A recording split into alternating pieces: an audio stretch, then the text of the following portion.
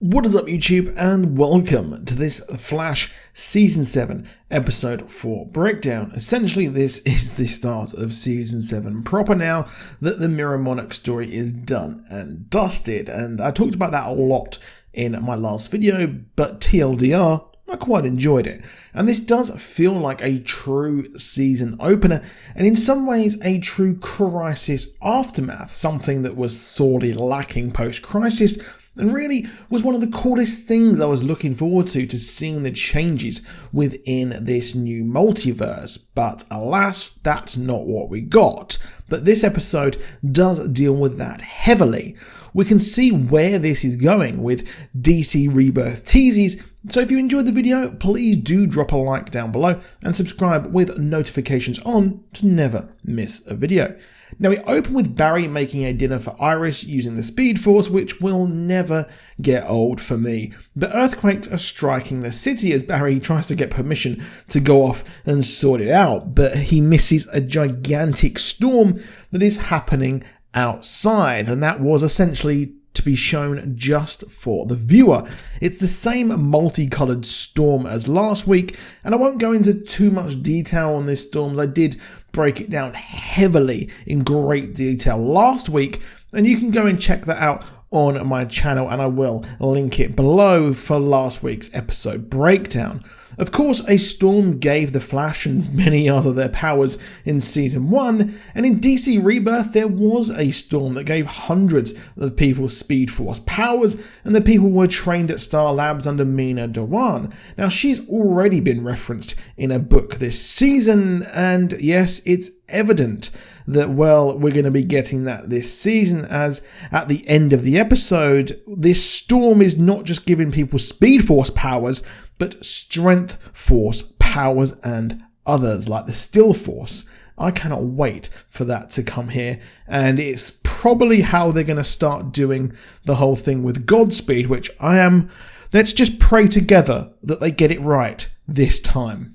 Now, I really like the next scene as Team Flash volunteer to help rebuild Central City after the Mirror Monarch fight, and seeing Barry address the public. Now, we've had the Jitters coffees named after them, which I was enjoying a nice Vibercino, which I mentioned on Twitter, but I really felt that the Flash here is the true protector of Central City after this. We don't really see how the public perceive Team Flash, Star Labs, and, well, the Flash himself.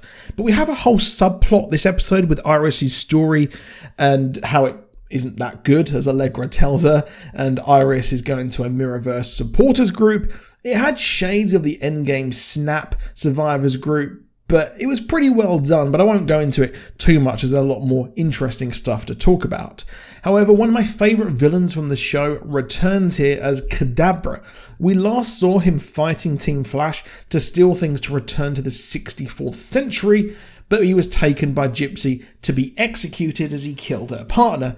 Boy, I miss that character a lot. Now, in the comics, he was a failed magician who went back in time to wow people with his tech-based magic, but you know, crime, I guess.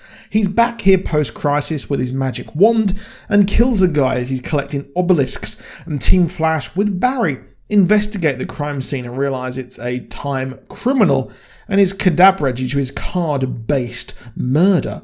There was something harrowing and kind of chuckling about that guy just having cards just in him. It just looked very weird, but he appears again as the team capture him in a badass way, and Argus are here to mop up and take him away, as Cisco is salty that they just turn up and take over, which made me laugh.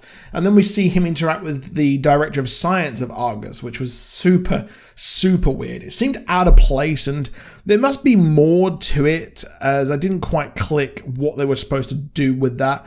Was it Abra's plan as he planned to get captured, or is it a hint at a future storyline? Let me know in the comments down below.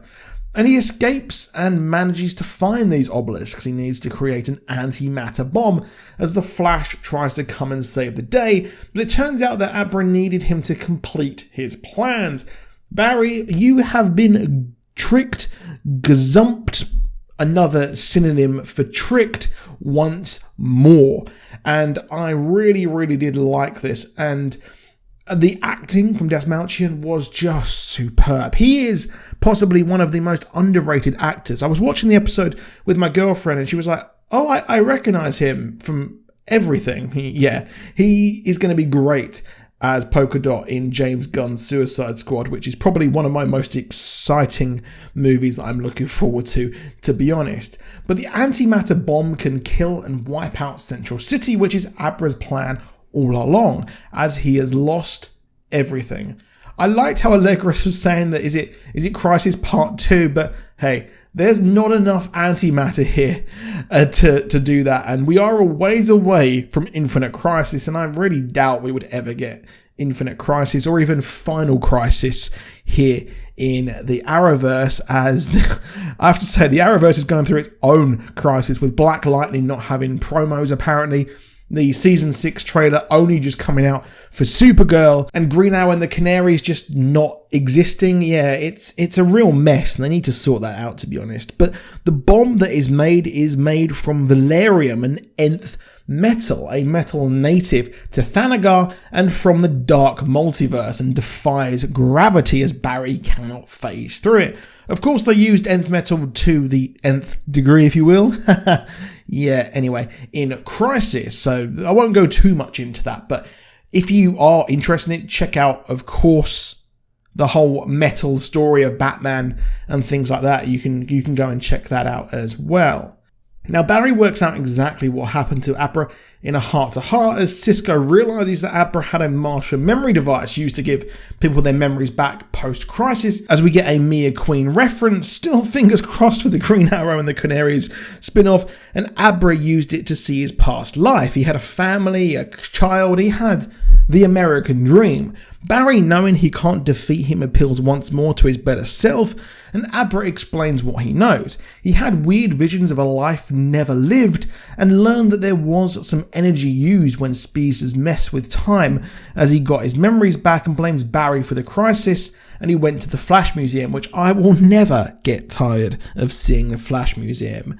And oh yes, Barry will be obsessed with the future, and he will, as he looks into the future with his kids, as we see the DC Rebirth future Flash with a tease of this, and that character is swole as heck, and I guess that explains why Grant has bulked up, and this DC Rebirth future Flash has the Tornado Twins turned evil. Now, one thing as well I just wanted to add at the end was the big name drop of the Chronarchs. Now, the Chronarchs are the people who rule in the 64th century, and in the comics they sent our boy Abra Kadabra back to the 20th century for defying them. Now, of course, we did have a huge hint way back when he first appeared. He did name drop DeVoe, so he has a history of name dropping future villains. Now, the first half of this season is going to focus, of course, on Godspeed, but perhaps the latter half will focus on the Chronarchs, as yes, he did hint that Barry will be obsessed with the future, and that's the future Flash, many other things that are going to come true, so it's going to be interesting to see where that goes, and this could be a hint towards a future villain or group of villains. Now, the talk between the two was really powerful, and Grant's acting this season has been his best yet, as something else comes to fight them, as our boy Abra has a face turn there. And, well, that gigantic person, I believe, was zapped by the Strength Force, something that is the strength version of the Speed Force in the comics. And Barry did have it for a bit, and essentially hints that will be more in a similar way to the original metas being created. But there was one weird thing which really took me aback, as we see Killer Frost and Caitlin split together, interrupting the Fortnite session of Cisco. Yes, a very weird one, and I don't have a take on that. I'm not going to present that to you because I honestly don't have an opinion on it. Other than I thought it was cool, but I'm interested to see where it goes. But that is it for this video. Please do drop a like down below. Please do subscribe with notifications on to never miss a video. There will be no video tomorrow as I prepare my video for Invincible, the latest Amazon Prime TV show is, yes, Superhero Nexus has finally got a screener. A surprise to absolutely everyone. But we will be having that out on Friday along with our Falcon and the Winter Soldier video. But that is it. I hope you have an amazing day. Go out and enjoy life to the max. I'm sorry I sound like a 90s comic book character, but I'll see you soon and goodbye.